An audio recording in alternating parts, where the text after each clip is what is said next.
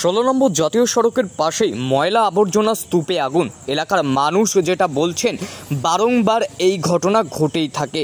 প্রশাসন কোনো পদক্ষেপ নেয় না।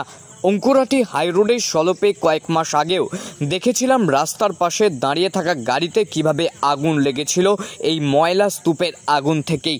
প্রশাসনের কোনো নজর নেই বলেই জানালেন এলাকার মানুষ। অঙ্কুরাটি থেকে সঞ্জু শ্রীমানের রিপোর্ট, জেবিপি নিউজ, জগৎবল্লভপুর।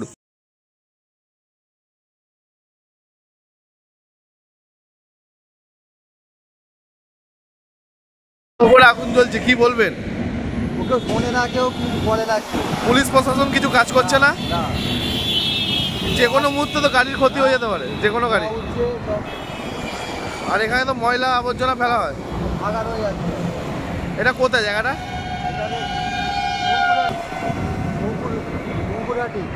আপনার নাম? আপনার নাম?